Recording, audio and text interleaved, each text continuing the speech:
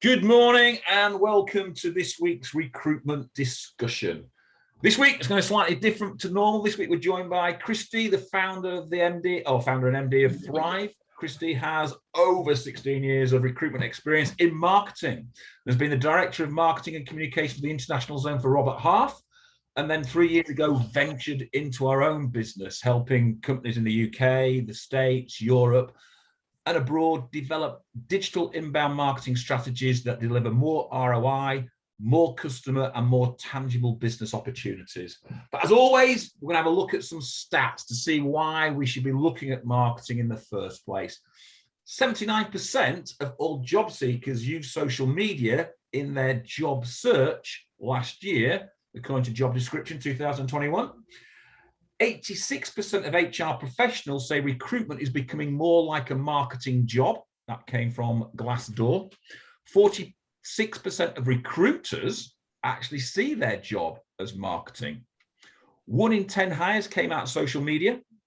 Modern job seekers prefer using text messaging to communicate with businesses, where 89% of job seekers would rather text a company about a job opening. 63% of job seekers are likely to reject a job offering because of bad candidate experience. 6% of job seekers quit in the middle of filling out an online job application because it's too lengthy and complex. And how many times have we heard that? Organizations with a standard onboarding process experience 50% greater new hire productivity. Again, something that we should think about from a marketing point of view. 9% of recruiters' email aren't personalized at all.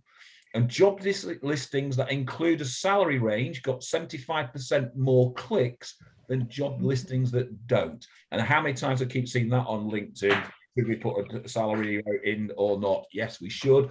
Lack of information about pay and benefits, 50%, and interview schedules change, 50%, are the two main reasons why job seekers' searches are stressful.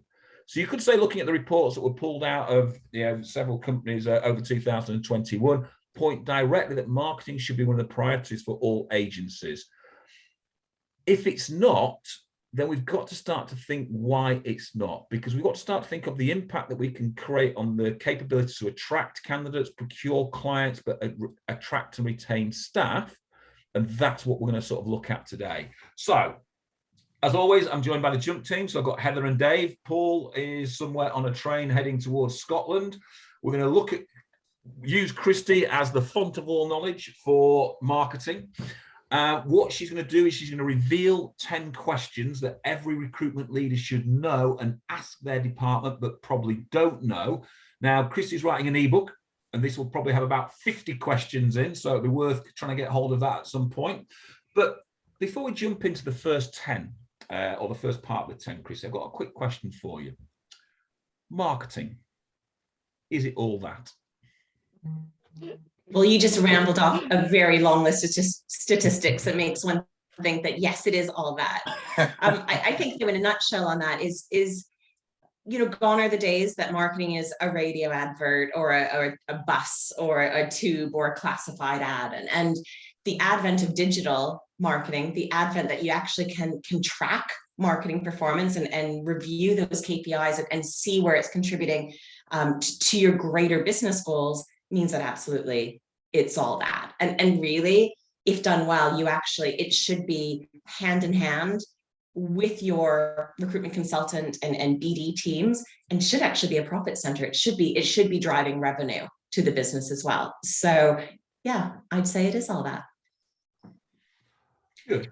So let's flip then into the 10. Let's flip into the first 4. And again, I want you to reveal the first 4 questions, Christy, and then Dave, Heather, and I, if we want to jump in, let's jump into them, and so we can work from there. Perfect. So starting off, and this is really, marketing needs to be hand in hand with the BD teams, and particularly hand in hand with the business leadership. So the first question is our marketing plan aligned to our business goals? If that marketer doesn't know what those business goals are, what your percentage of revenue is, how you are defining your services, what business you're going after, what segmentation, what clients, what candidates, what specialisms, I mean, the list is long and ever growing. If they don't know this, how are they going to know how to market your business and what customers, candidates, clients, internal hires, they should be going after? So ultimately, getting that relationship and getting that two-way communication, get that marketer part of those strategy meetings. They should be part of business goal planning. Get them part of it, and you'll be, I think, pleasantly surprised to see what comes out of that. The second point is quite closely related to that, and that's how are we dividing our efforts between candidates, clients, and internal recruits, so internal consultants, the 3 C's. So obviously you're probably going to say, well, we need all 3 of those,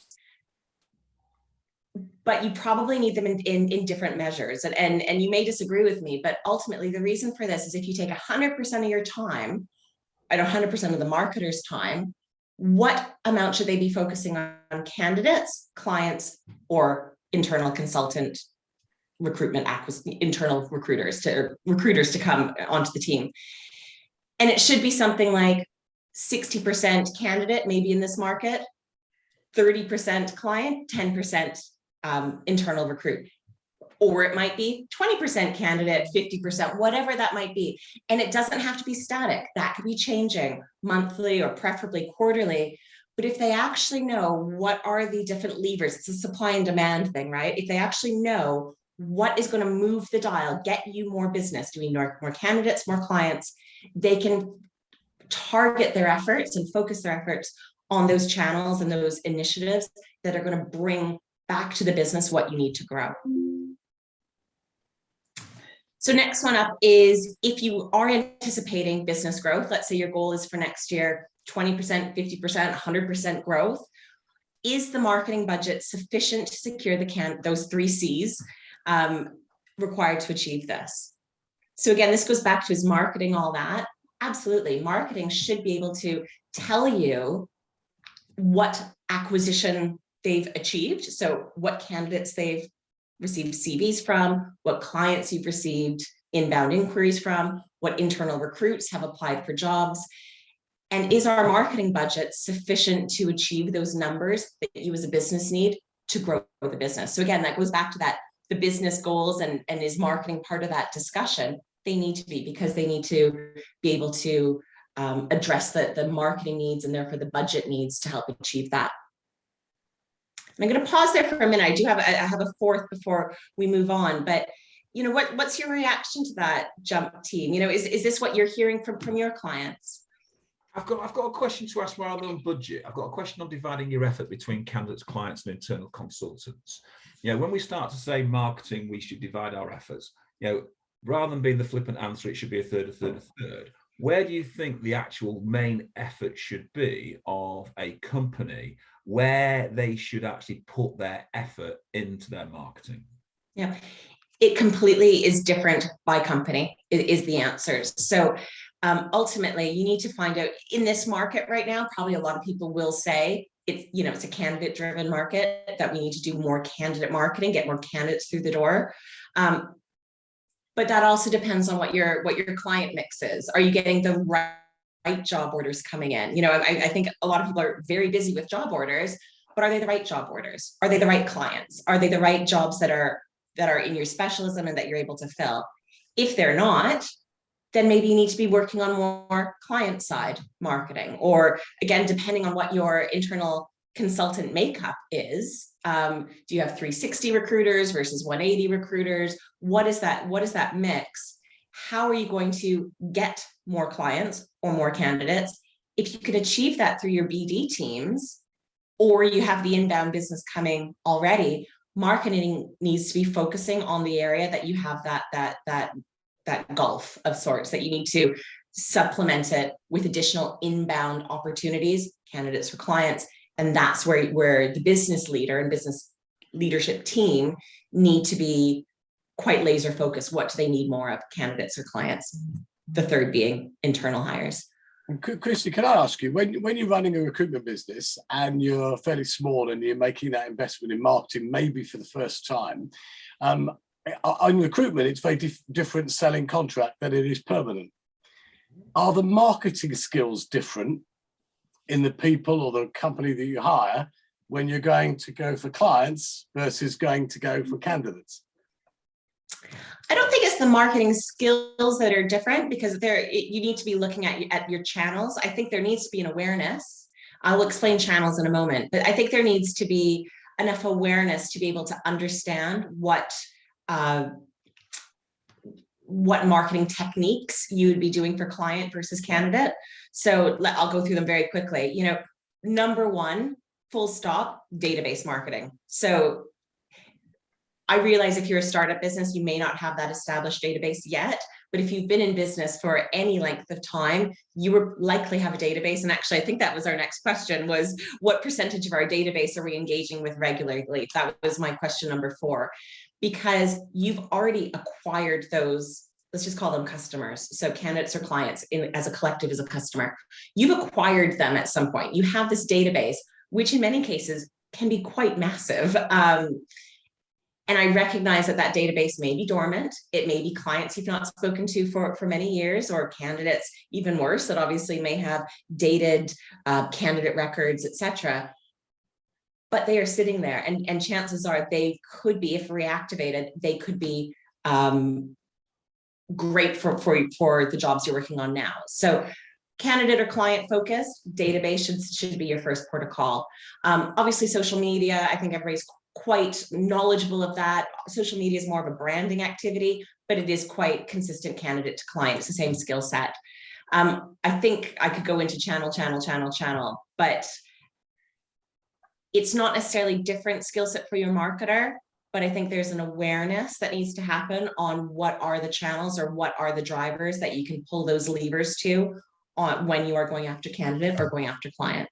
So in your viewpoint, then, when you start to look at that, and this is the bit that I keep having conversations with clients about, everyone is very, very intent on putting market data out to their client base and really, pushing their client base and pushing data and marketing to their base. And my view is all the time is that you can't place, can't fill a job unless you've got a candidate. How much should we be marketing to our candidates? And if it's more than we should be marketing to our clients, what should we be marketing to our candidates besides jobs? So I think on that, it again does really depend on the recruitment business. I think that a lot of agencies we speak to are still very quite committed to their process of doing, let's call it a headhunting exercise, or even if it's not officially retained business, they want to be doing that, resourcing function on LinkedIn, whatever it might be, to go and source those candidates to come in. So if that is the business process, and that's part of what your value proposition is, then that might not be a lever for you. Equally, if you're doing executive search, the more senior candidates are not going to have the same response to your marketing as junior candidates. For example, does a CFO respond to a job advert on Reed? Probably not. Is a CFO candidate, if you send them automated communications via the database, will they be responsive? Possibly, but maybe less responsive than a junior candidate. So I know I'm kind of talking in a lot of what ifs scenario, but you really need to be understanding of who that customer persona is, and recognizing, it's not just candidate client, but you need to be thinking about what is the approach based on that end candidate. And I'll use one other example.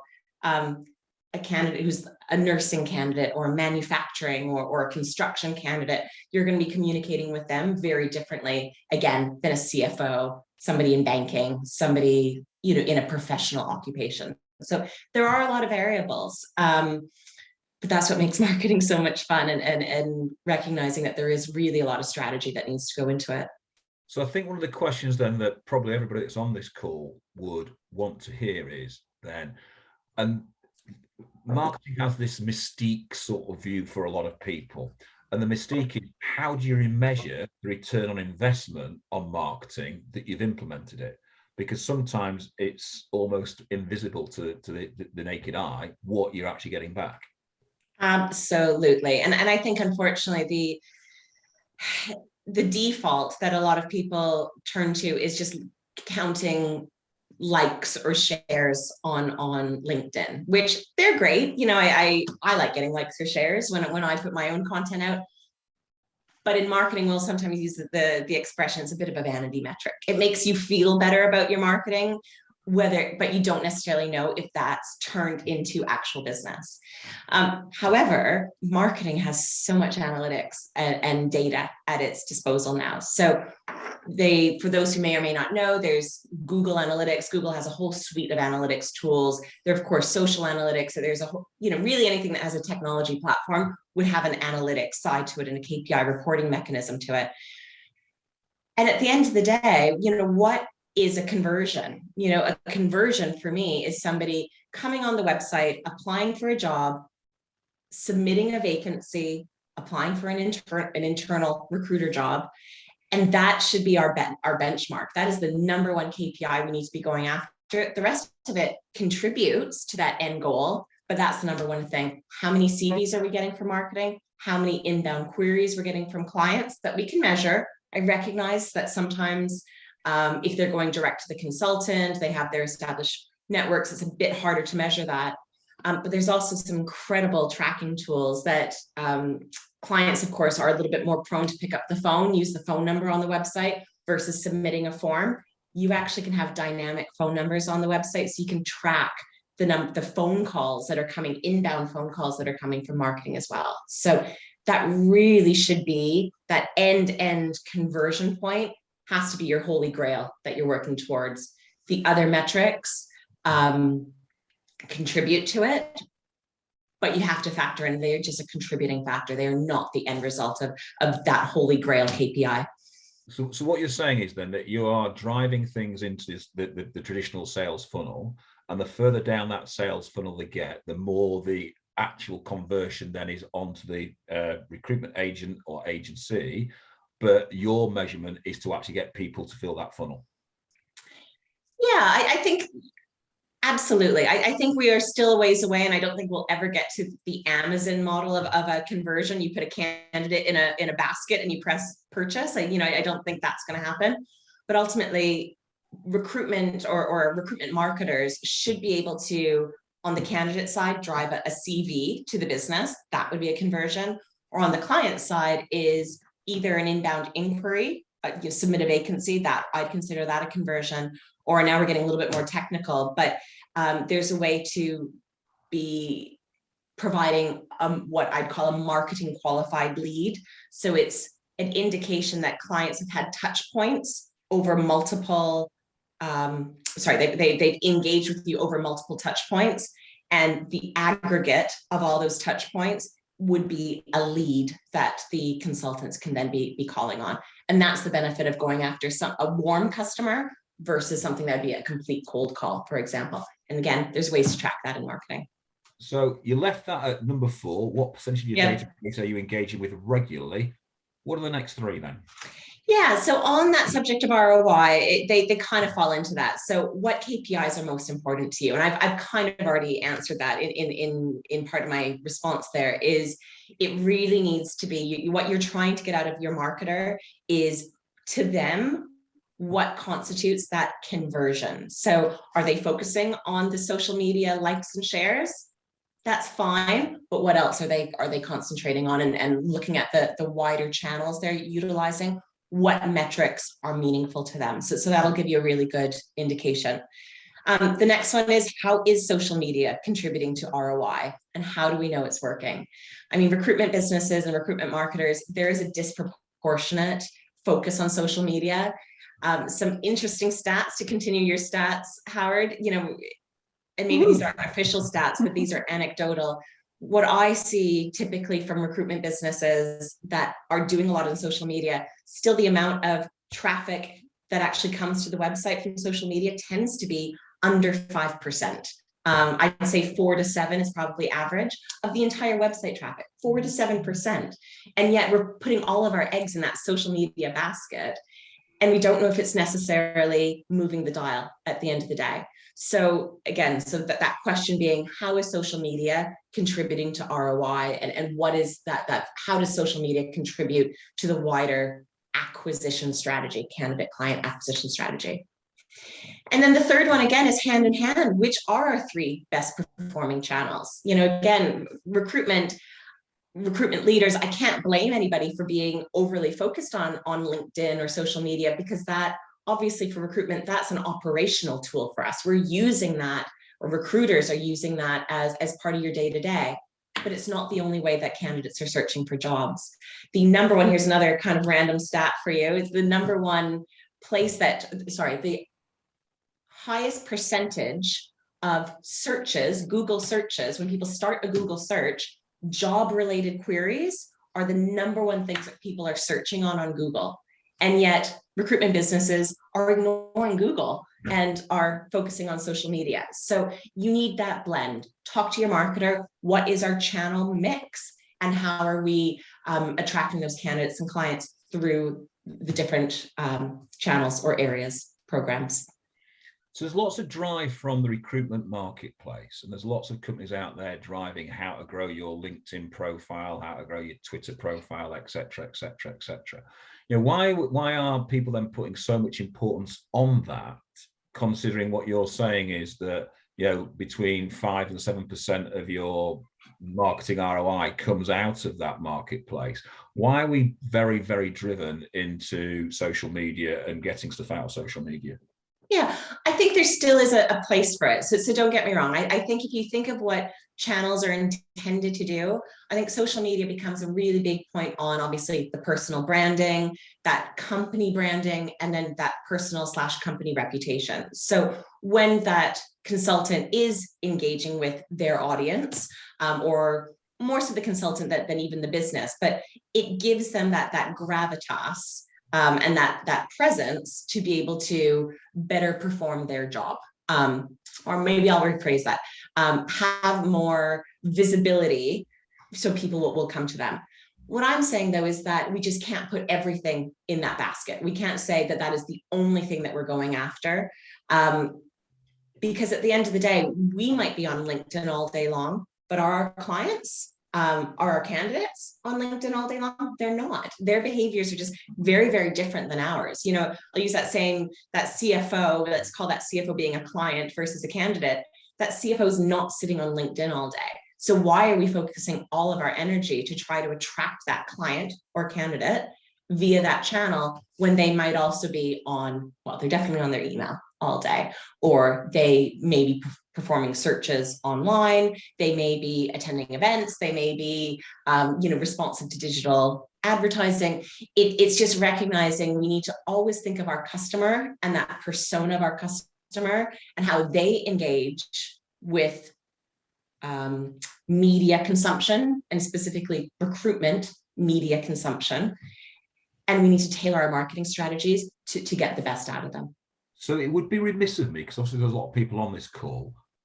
Your point 7 was, what are the 3 best performing channels? So the question would be to you then, in your experience, what are those 3 best performing channels? So I will caveat that there is some differences based on industry, based on the client or candidate persona, that level of candidate, junior candidate versus senior candidate, et cetera. I will caveat that. But email marketing genuinely is the number one cheapest way you will ever get a candidate or a client lead. There are marketing tools out there now. And actually this feeds into our next question. What is our MarTech stack or RecTech stack, and where does marketing fit into it? But there are so many tools now that we should be reactivating that database, because I'll put in quotation marks, but we own that data. We own those contacts. We just need to find a way to surface the ones who are actively, let's say on a candidate side, surface those ones who are looking for a job, and B, make sure that the data is sound, so that the data is their contact data. And by that, I mean profile data. So their salary, their current titles, that their profile is updated. So we being our consultants are spending their time wisely to talk to those candidates or clients who've expressed almost like a willingness to buy. So we know which ones and we go after those. And that's how we get away from cold calling. We can identify those ones that are warmer. The second channel, I know people hate to hear it, but it's our paid channels. You have to pay to play, but the data you get from them, the targeting you get from them. So if you are looking at, one thing I hear a lot of is, why don't we just post on Instagram, for instance? Oh, all the kids are on Instagram these days. That's fine. But in my opinion, you need to pay to reach them. So how many people are actually following recruitment accounts on LinkedIn, or sorry, on Instagram, LinkedIn is different. So if we want to actually, so you don't follow a recruiter on Instagram. It's not what that platform's used for. However, your customer is there, the candidates are there, the clients are there, but you have to pay to get your ad or your visibility in front of them. Same thing goes with all kind of paid social or digital channels, etc. So I will say that one's in there. I hate to say it, job boards still do pack a return on it. They are what they are. I know they're very expensive, but you will get candidates from them. And then the one that's the unsung hero, which I'm quite passionate about, is SEO. So that's search engine optimization, which it's not cheap. Ultimately, it's free, but not cheap, if that makes sense. So what it does is how you start building your website integrity and content, the technical, I'm not going to talk in marketing speak, but what the website is comprised of in order for Google to have visibility of it. So ultimately, over time, if candidates are typing a search, what salary should I earn as an executive assistant? You want your website to obviously surface as the top response or the top result on Google. And that channel it's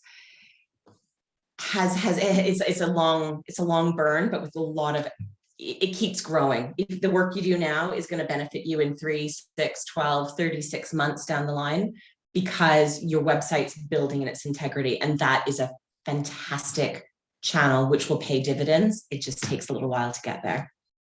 You mentioned in there that, the next question is about, rep tech, enhancing productivity, etc. So where does marketing come into how it fits into the wider tech stack? And, what tech stack would you recommend? If you were a brand new company going, right, I need to get some marketing out there, what sort of tech stack would you? Brilliant. So the question I actually wrote down specifically is, do you think we are focused enough on marketing innovation? And that's just another way to say, marketing innovation is obviously making sure that we are doing the right strategies that are relevant to the market factors of the given day. But a big part of that, when you talk about innovation, does comprise technology. So thinking about the marketing technology as part of that wider rec tech stack is pretty critical. So most businesses would start with obviously the CRM. Maybe controversially to a marketer, I'd say do look at a CRM first and foremost that your consultants will use. So despite the marketing stuff, if it's not user friendly, if it's not something that people actually are using, there's no point from the get-go. But if you are shortlisting, and if you are seeing a few that look like they'll fit the bill from a process or a usability situation, look at what they integrate with from a marketing standpoint. So, for example, Bullhorn, it has the Herefish platform within. It's a pretty good platform. I'll be here for days if I go through the ins and outs of it. But my point being is it has that already built in. Bullhorn also, as does Vincere, as does JobAdder, they integrate with a lot of different marketing technology platforms. And with that, the number one is email. Just put in a blunt standpoint, it's email, but it's much savvier and much more refined than a MailChimp, for example. There are just different ways. I won't go into it now. It'll probably take us a little bit too long, but when I talk about database reactivation, there are different ways that you can have what I call behavior triggered actions. So if it integrates with your CRM, if you place a candidate, there could be an automated email. If a candidate registers, there could be an automated email, or it can be a string of sequences of emails that change around based on how your customer engages with them. So that kind of technology is the number one thing from my perspective you need to be looking at. But likewise, it's all those additional pieces. Pager, I think, is a fantastic tool. How that fits in, and I'm sure even people on the call probably have their own favorites. I'm not going to say a favorite on my end, but if you want to be building a business and therefore building a marketing function, building this into your growth strategy, start with the CRM, make sure it works for you, but then look at what can integrate with it. So what you're saying is on that tech stack is that there's lots of marketing tech out there. If it doesn't fit into your CRM, then you reinvented the wheel twice. But what you want to be able to do is actually access the email addresses of your candidates and your clients, so you can email straight to them rather than having to ponderously do it singly, etc. And people like Hairfish and Raw, isn't it, and Rari, whatever it's called, those type of sort of tools from there. So can I just add to that before you move on, Howard, is so much of this is a productivity standpoint as well. So, the rec tech, I know if you talk to any of the rec techs out there, they're typically saying, oh, you're going to save this many days or this many hours. It's absolutely the same thing in the marketing world. So these things will work on their own if they don't integrate. But the ultimate goal when you're looking at technology, obviously it's or marketing technology, it's to extend your reach. It's to drive productivity. So whether that's, the ability to do more with less time. But thirdly, there's a really massive, when we go talk about database and the database integrity, is marketing automation can be used to maintain that database integrity. You could be using the tools to keep those contacts fresh, because let's say it's not unheard of for a recruitment business to have 50,000 candidates in a database or more. If your consultants were sitting there calling 50,000 candidates, this is why nobody looks at the database. That is an arduous task that is not closest to the money. That is not where your recruiter should be spending their time. But marketing and automation can be doing that for you. It can be reactivating and identifying and updating that data. So that data is that much more powerful when your consultants, either when it's surfaced, it's saying, hey, this candidate's ready, looking for a job. Great, that's a great time for the consultant to contact them. Or when the consultants do get a new job order on, they actually turn to the database first before they turn to job boards, et cetera, because they have an assurance that that data is clean and these are active candidates that they could be using for their jobs. So your number 9 question I'm really interested in, because what I'm interested in, because there's a lot of recruiters who have moved into marketing, and there's a lot of people who are, putting their eggs in that basket and saying, I've got a recruiter that's maybe failing at recruitment, but it's really good on LinkedIn or what have you, and they're moving those into marketing. So talk to me about your number 9 question, and talk to me about how that type, and then talk to me about the influence of the sales team. Yeah, so number 9 was, who is best positioned in the business to help the marketing team gain more influence with the sales teams? And this comes from a place that there often is this silo effect between marketing and sales teams. I've been there. I've been in this game a long time, and marketers are here banging on the drum of what they need to achieve, and the sales teams are like, nope, that's not aligned with what we need. And it kind of goes back to those first questions we were talking about, aligned to business goals. How do we, how is marketing part of that strategic discussion? But part of this also is not only arming that marketer with the right knowledge and tools and visibility to what the business goals are, but making sure that silo with the recruitment teams can be broken down. And with that, it's just like anything that you need your influencers, you need your connectors. And often that is a recruiter who maybe is very successful, maybe who has influence in, amongst his or her peers. Quite often you get that really successful recruiter who doesn't do anything with marketing because they have their really established black book, and people want to emulate them. And so they also cut off marketing. And that's obviously, not, from my vantage point, not a great behavior.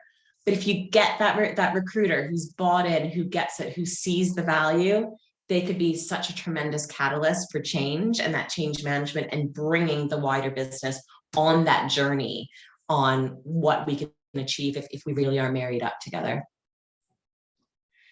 Okay, so that's really sort of quite interesting. So if you then had to give one point then to a recruitment agency about marketing, what would that be? Yeah, and that's my number 10 is, what can I do as a leader to support the marketing function? So that from the leader's voice, ask your marketing team what you can do to make their, not necessarily make their job easier, but allow them to either have more influence, allow them to do their job better, allow them to have the tools to be able to, achieve those goals that you jointly set together. But as a leader, that therefore means, it's maybe even the summary of our discussion here, and the summary of that those 50 questions ebook that we're putting together is, if you embrace marketing, if you see it as not the coloring in department, but it actually is a contributing factor to your growth, if you take that message and you share that message, not just with the marketing team, but you share that message in the consultant teams, you bring that marketer into that boardroom discussion. You also bring that marketer into your incentive events and your celebrations, everything else. If you are living marketing, you're just going to get so much more back. You're going to understand it better. You're going to know the right questions to ask to make sure that you feel confident and that you trust the program and the strategy to bring your business forward. And ultimately, your recruiter teams, you're their leader for a reason. The recruiter teams will follow you, and you'll just find that you get so much more out of your marketer, but the marketing as well as part of that growth engine. And Christy, can I ask, because a lot of the people who are running businesses who have got a marketing person or some form of marketing function, but sometimes the leaders are nervous about stepping into the world of their own self-promotion, but are very comfortable when they're promoting their brand. How important is the recruitment leader's personality and getting that across from a marketing point of view, as well as the brand?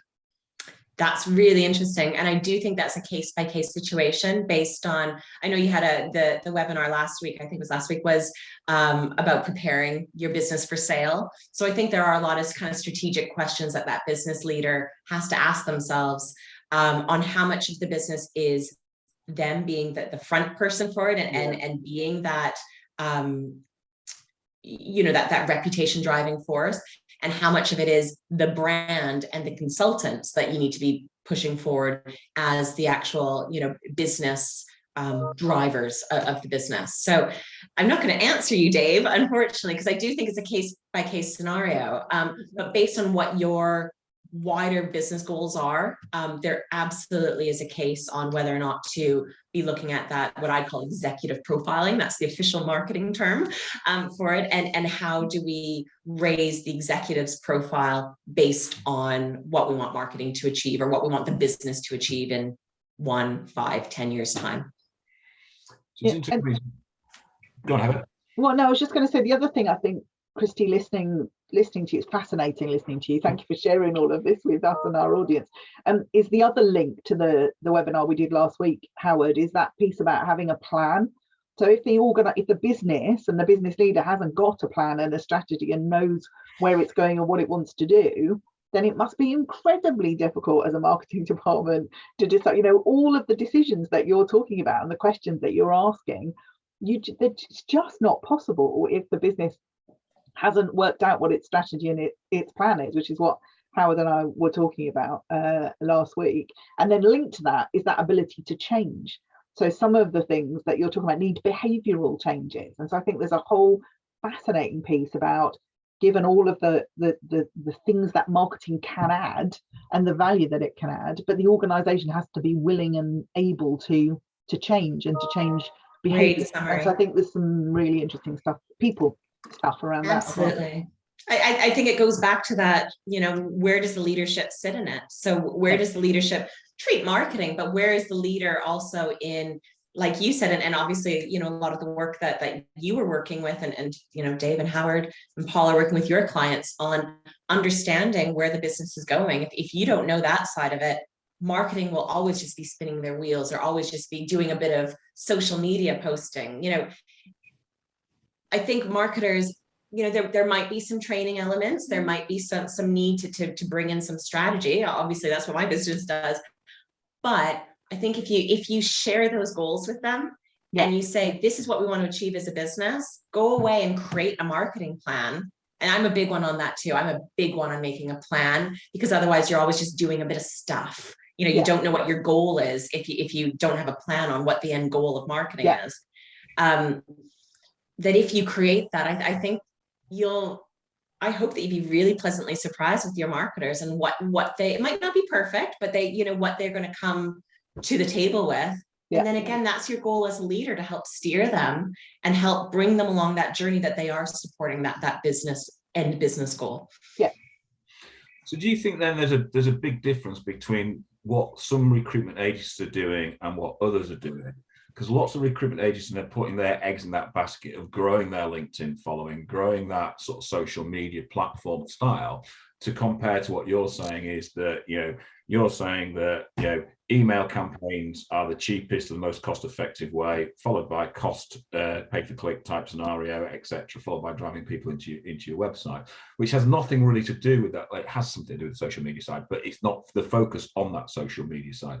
So do you think a lot of recruitment agencies, because of their lack of understanding of marketing, have got their approach wrong in the first place? That's a controversial statement, Howard. I like a bit of I'm going to get people writing me hate mail off the back of this webinar. I like to throw a bit of a bomb in somewhere. He's going right in there. Unfortunately, people aren't going to be happy with me to hear that. Yes, I think that a lot are getting it wrong.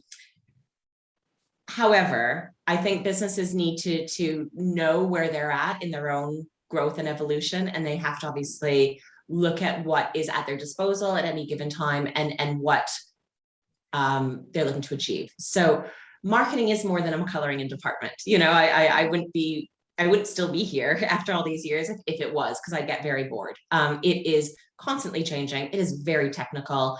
It's so broad, even the digital versus the communications and that brand side. If you look at marketing as a spectrum, it's like asking your HR person to do your financial reporting. It is a really, really broad skill set.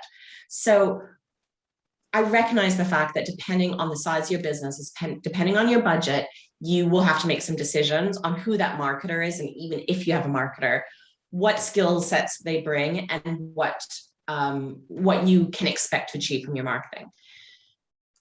But I would say with that is, from my experience, only putting social media content out, it's not going to scale your business. It might get you through kind of early stages, but it's not going to be a strategy that you can implement to have really large consultant headcount growth, which therefore translates into business growth. Because not every consultant that you're going to hire, maybe when you're 5 people, but when you scale to 20, 30, 100, they're not all going to be this amazing LinkedIn influencer star. And if you're bringing in more junior staff to the business, they're not going to instantly have that book of business.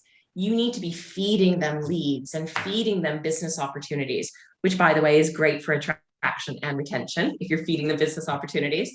And that comes with a more sophisticated marketing strategy and plan. So in that controversial manner,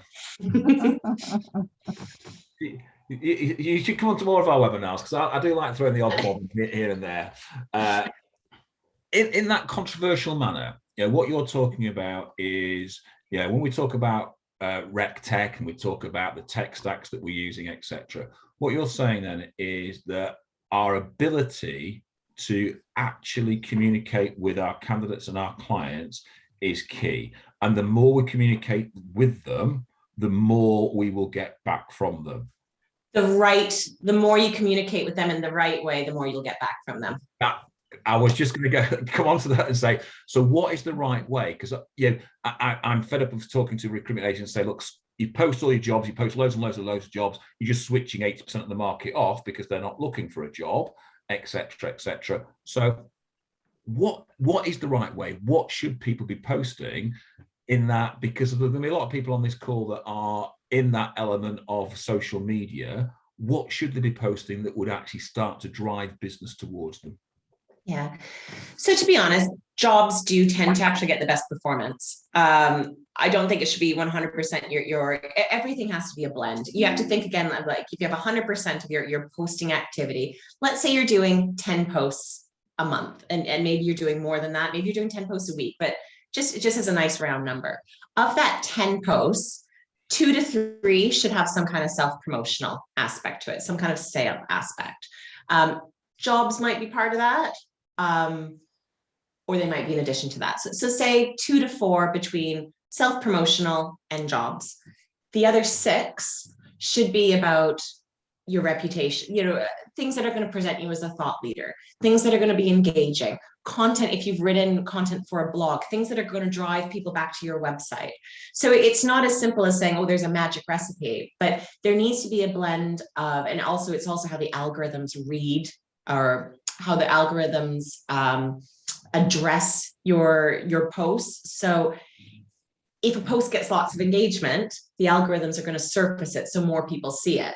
However, you also need to have some self-promotion in there and have some content that's going to be driving to the website. So there's no magic bullet, and that's why I don't think anybody has it completely nailed. But it's understanding for your business needs, your personal brand, thinking about it, and having some strategy and having some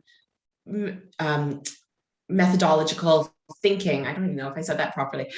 Thinking that it's don't just spray and play.